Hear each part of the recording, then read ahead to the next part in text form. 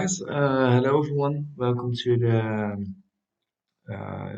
this video and the second subject of this channel. Today we're gonna talk about the match plus offset functions. They are actually just built-in functions in Excel, and you can do several things with them. In this video, we're gonna discuss how you can combine these two functions, and especially this is more for kind of the finance people or the business people. In this video, we're gonna specifically look to a situation in which we have a bond or a bond, not a bond, a stock, a stock with some daily returns. And let's imagine that we want to have a situation in which we want to have the data from 5 days before the five days before a certain date or specific date, and 5 days after a specific date. And so yeah, we can do this with the match plus offset function. And so here I've made three columns with days. So you can see this as T's. So 5 days before, 4 days before, 3 days before, 2 days before, and these are the days before this date.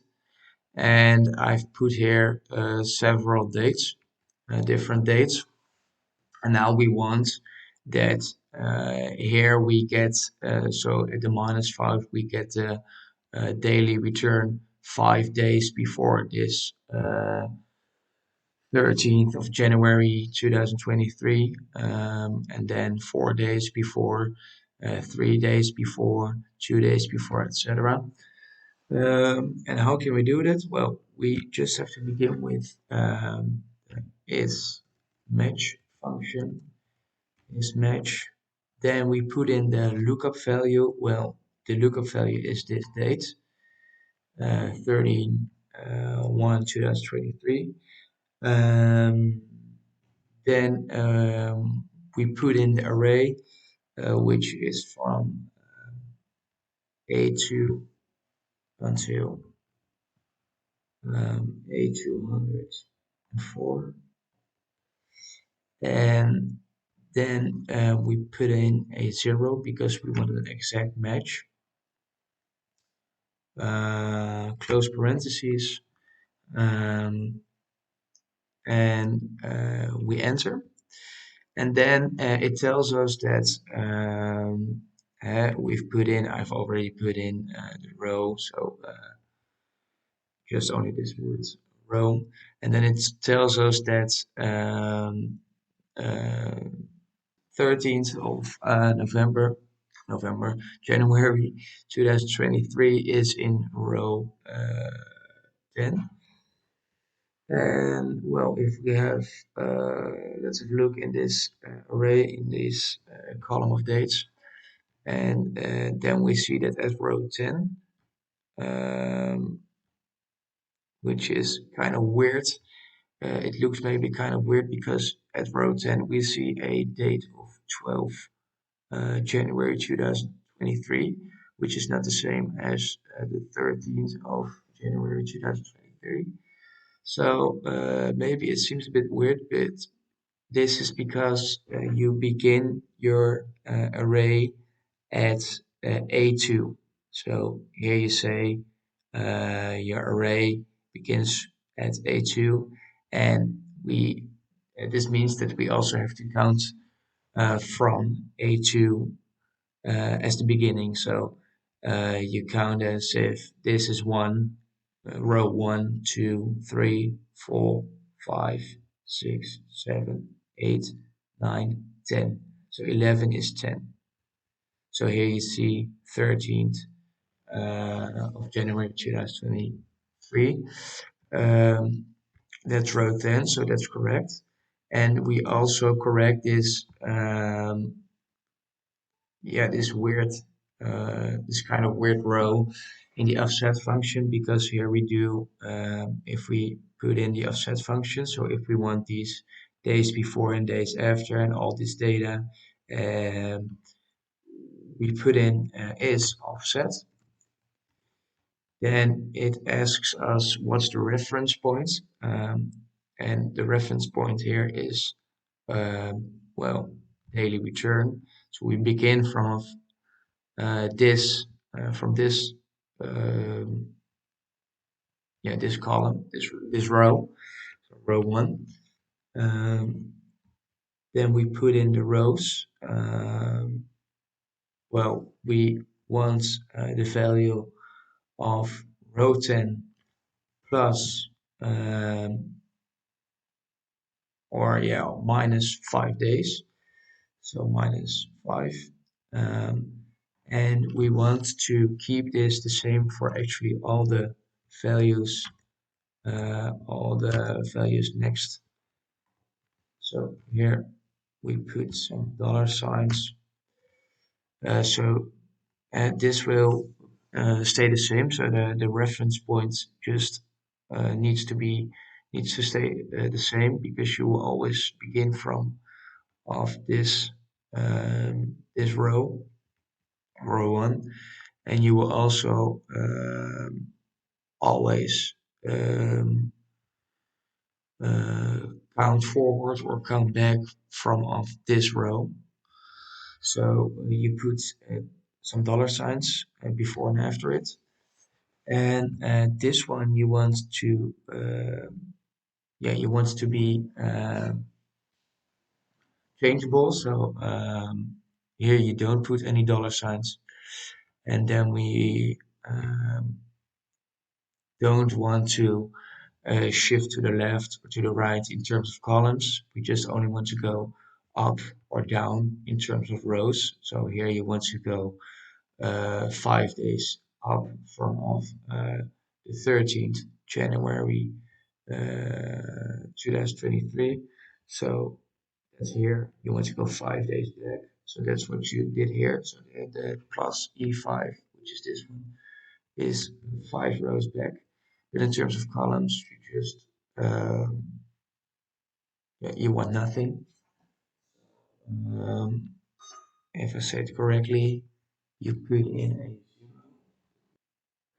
you put in a 0, and then you close parentheses and you press enter, and then you see that we have a value of 3.56%. By the way,